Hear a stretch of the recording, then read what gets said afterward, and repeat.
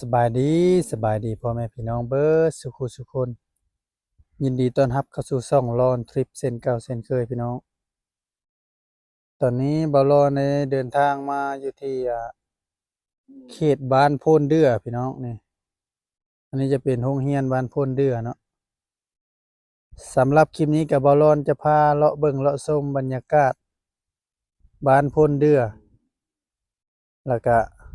บ้านโพนสวรรค์เนาะพี่น้องนี่เส้นทางไปบ้านก็ประมาณนี้เนาะไปทางนี้เนาะนี่ซึ่ง2หมู่บ้านนี้จะอยู่บ่ไกลกันหลายเนาะ แถวนี้ก็เขาเจ้าก็สิมารวมกันอยู่นี่เนาะเบิดเนาะพี่น้องบ่อนเรียนเป็นโรงเรียนมอต้นพี่น้องเอ้ยนี่เขตบ้านนาไก่เขี้ยบ้านโพนเดือบ้านโพนสวรรค์มาเรียนอยู่โรงเรียนนี้เนาะนี่ถือว่าเป็นโรงเรียนใหญ่เติบพี่น้องเอ้ยเอาบรรยากาศทางในบ้านน่ะสิเป็นไปได้ไปเบิ่งไปชมนำกันเนาะพี่น้อง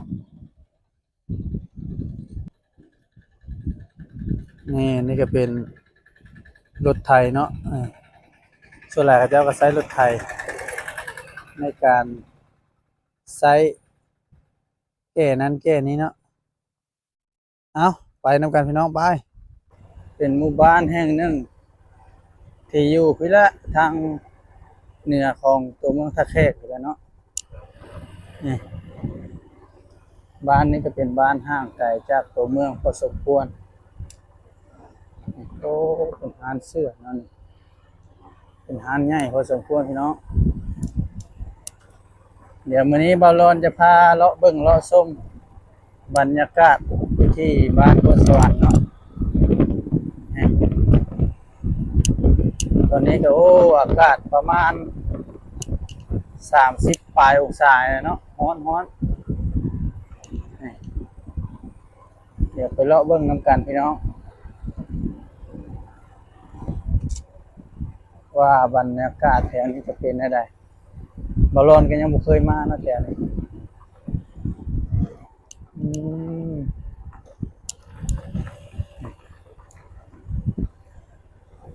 นี่เป็นเส้นทางเลาะเข้ามาในบ้านแล้วเนาะ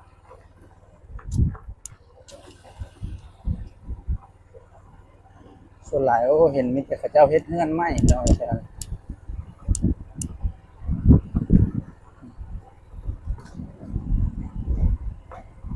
เส้นทางก็ดินแดงคือเก่าเนาะ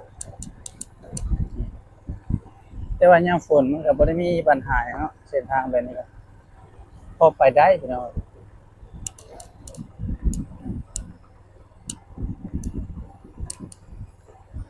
ก็ถือว่ากว้างเติบได้พี่น้องเลาะเบิ่งนำกันเนาะ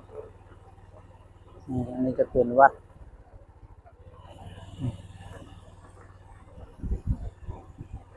เส้นทางเลาะบ้าน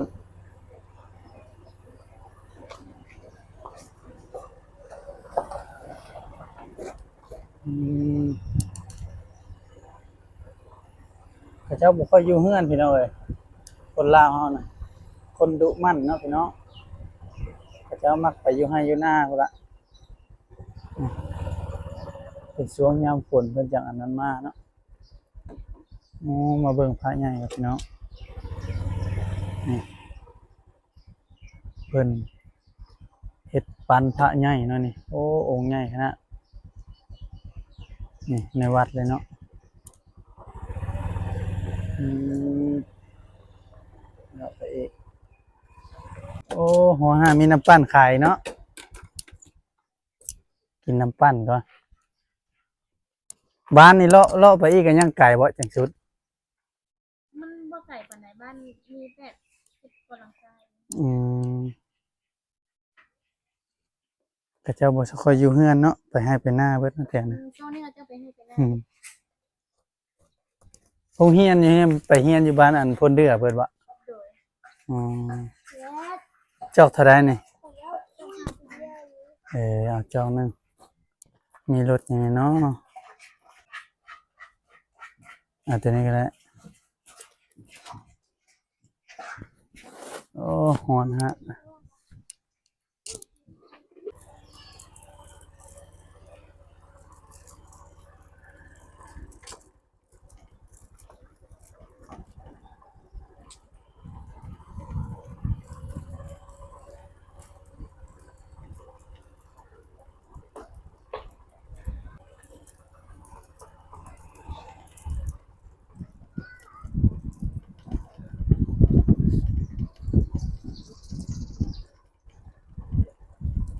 ก็บ่กว้างปานใดเนาะพี่น้องบ้านเพิ่นก็ประมาณนี้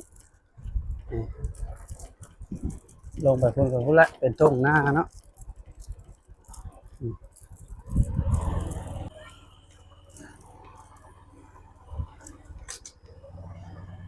โอ้บรรยากาศเนาะไปนี่บ่ได้เนาะบ่ซอดบ่ผู้ตันลงพี่บ่อืมจักตอกเนาะ อากาศร้อนหลายน่าเสียดายพี่น้องเอ้ยมาฮอดนี่เพราะว่าแบตเบิดเนาะแบตของใหม่นี่เบิดเลยจำเป็นต้องได้พักเอาเนาะมาเขตนี้ไปก็ตัวนี้ก็เบาร้อนก็ได้เลาะมาแถวๆใจกลางบ้านนั่นเนาะนี่เบิ่งบรรยากาศโอ้ถือว่าคักหลายบ้านนี้ก็จากนั้นเบาร้อนก็กลับคืนไปทางเก่าเนาะเพราะว่ามันเป็นบ้านที่มีหัวอ้อมเนาะแล้วก็มาเลาะเบิ่งอันห้อมนี้บ้านนี่ห้อมนี้ก็โอ้เฮือนที่กันเลยบ้านนี้นี่เบิ่งบรรยากาศบ้านก็ประมาณนี้เนาะพี่น้องเฮือนดินเฮือนหยังก็หลายอยู่บ้านนี่ถือว่าเฮือนหลังใหญ่หลายขนาดแถวนี้นี่แต่ก่อนเขาเจ้าก็ส่วนหลายก็เป็นเฮ็ดเฮือนไม้เนาะเป็นเฮือนไม้ทางลุ่มก็เป็นตารางแบบโล่งเลยต่อไปก็มีเงินก็เขาเจ้าก็ก่อเทพื้นพอดีเป็นเฮือน2ชั้นแบบเป็นเฮือนดินเลยเนาะบัดนี้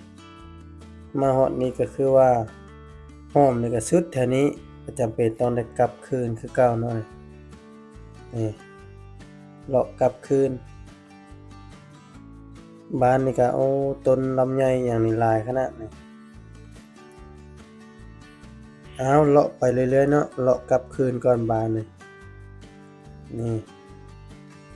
บรรยากาศอ้อมหอบเนาะเขาเจ้าก็ส่วนหลายก็ไปให้ไปหน้าพี่น้องเอ้ยเกี่ยมแปลงหัวแปลงสวนเพื่อลงนาแล้วเนาะลงเฮ็ดตากาแล้วเพราะว่าตอนนี้ก็เริ่มเข้าสู่ฤดูเฮ็ดนาแล้วเนาะเดือน6ก็เริ่มเข้ามาแล้วอันนี้ก็เป็นเส้นทางเลาะแคมวัดนี่แล้วก็ออกไปบ้านเลยเนาะออกนอกบ้านเลย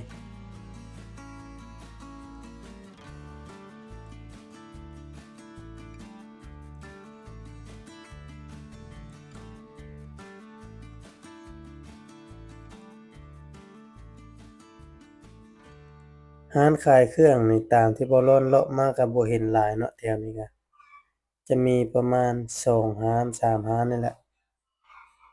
นี่แถวนี้ก็จะห่างๆกันเนาะบ่สู้มีร้านขายเครื่องปานใดโอ้เบิ่งไม้ย่างเขาเจ้าแก้ใหม่เนาะสงสัยเอามาเฮ็ดเรือนเนาะตอนนี้บ่ร้อนก็ได้เลาะกลับออกมานอกบ้านแล้วบัดนี้เพื่อจะไปพาพ่อแม่พี่น้องเลาะเบิ่งเลาะชมบ้าน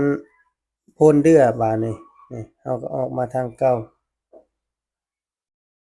แต่ว่าอันอ้อมทางหน้านี่เนาะอ้อมเลี้ยวขวาไปนี่บ่ร้อนบ่ได้ไปเลาะซ้ำพี่น้องเอ้ยเพราะว่า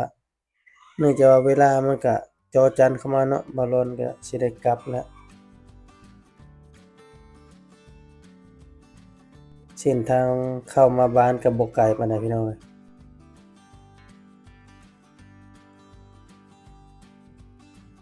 บัดนี้หลังจากออกมาจากบ้านโพนสวรรค์เฮาก็มาเลาะเบิ่งบ้านโพนเดือบัดนี้บ้านนี้ก็จะมีเนื้อที่ห้อมกว่าบ้านโพนสวรรค์หน่อยหนึ่งเข้ามาทางนี้เราก็จะเห็นวัดเลยเนาะนี่วัดนี่แม่นอยู่ไกลทางเข้าบ้านเลยโอ้มีแบบคือแบบจุดให้เนาะแถวนี้เราก็เลาะเข้าไปสังเกตเบิ่งเรือนซ่านจะส่วนหลายเป็นเรือนไม้หลายกว่าเนาะเรือนดินนี่จะบ่ค่อยมีคือบ้านโพนสวรรค์เรือนซ่านบ้านช่องเขาเจ้าก็ประมาณเนาะบางหลังก็ถือว่าเก่าแฮงเนาะนี่เลาะไปเรื่อยๆต้นพร้าวหลายเลยบ้านนี่พี่น้องอันนี้เบิ่ง เดี๋ยวจะเลาะเข้าไปเบิ่งอีกจะมีอีกจุดหนึ่งโอ้คักขนาดร่มเย็นขนาดแถวน่ะเดี๋ยวเนาะกำลังเลาะไปถือว่าเป็นแบบอินดี้สุดๆพี่น้องบ้านนี่เบิ่งนี่เลาะเบิ่งเนาะนี่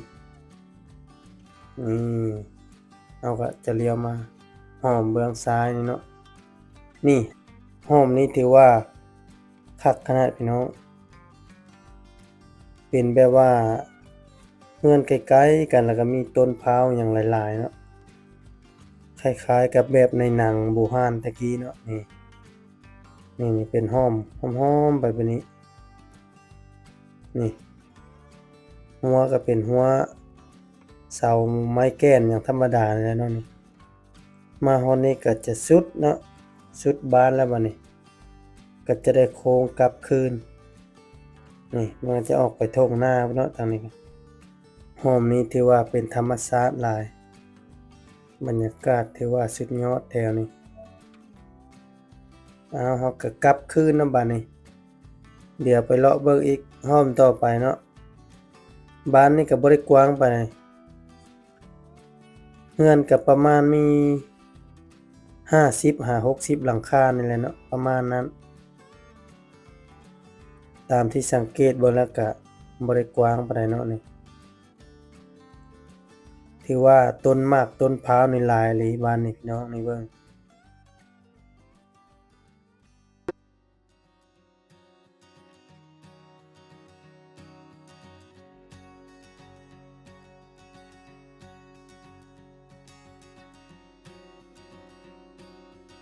สังเกตเบิ่งเรือนแต่ละหลังเนาะโอ้ถือว่าอันตรายเนาะบางหลังก็ถ้าลมมานี่ยานปืดเลยเนาะเบิ่งโฮ้มไปนี่ก็ถ้าแม่ตู้นี่เพิ่นว่าบ่ซอดเนาะเป็นทางตันก็เลยกลับคืนออกมาพี่น้องผู้ดีว่าโทรศัพท์ก็ร้อนเกินกำหนดเนาะบ่ร้อนใส่โทรศัพท์ถ่ายพี่น้องบ่ได้ใส่กล้อง Action Cam คือหมู่โทรศัพท์ก็เอาถ่ายหลายเนาะมันตากแดดแล้วมันอุณหภูมิมันขึ้นมันก็จะบ่ให้ถ่ายเลยเอามาฮอดนี้ก็ขอจบคลิปเพียงเท่านี้เนาะพี่น้องขอบใจที่พ่อแม่พี่น้องเบิ่งคลิปจนจบถ้ามักบรรยากาศแบบนี้อย่าลืมกดไลค์กดติดตาม